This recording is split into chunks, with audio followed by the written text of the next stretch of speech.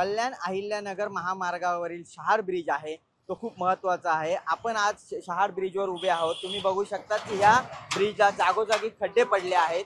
त्यामुळे मागच्या महिन्यात ऑक्टोबर महिन्यामध्ये जे राष्ट्रीय महामार्ग विभागाने या ब्रिजची डागडुजी करण्याचे योजले होते, पण दिवाळी आणि त्याचबरोबर पावसाने उसत न घेतल्यामुळे या ब्रिजचे काम होऊ शकले नाही।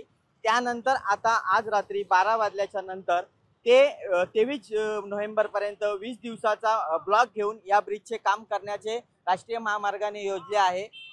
तुम्ही या ब्रिजवर बघू शकता की जागोजागी खड्डे पडले आहेत। त्यामुळे येथील जे वाहन चालक आहेत ते त्रस्त होते व ते त्रस्त असल्याच्या नंतर राजकीय संघटना आणि सामाजिक संघटना यांनी यावेळी आंदोलन केले होते। त्यामुळे आता 20 दिवसाचा ब्लॉक घेऊन या ब्रिजचे डागडुजीचे काम होणार आहे व यासाठी जी अवजड वाहनांची वाहतूक आहे ती पर्यायी मार्गाने वळवण्यात गेलेली आहे।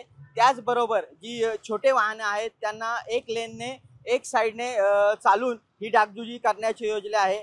तरी सुद्धा नागरिकांना प्रशासनाच्या वतीने आवाहन करण्यात येते की ज्यावेळेस ही डागडुजीचे काम चालू असतील त्यावेळेस सहकार्य करावे। संघर्ष गांगुर्डे, साम टीव्ही न्यूज, कल्याण। देश विदेशातील प्रत्येक घडामोडींचे लाईव्ह अपडेट मिळवण्यासाठी आता साम टीव्हीच्या सर्व सोशल मीडिया प्लॅटफॉर्मला लाईक, फॉलो आणि सबस्क्राईब करा। तसंच सर्व नोटिफिकेशनसाठी बेल आयकॉन प्रेस करायला विसरू नका।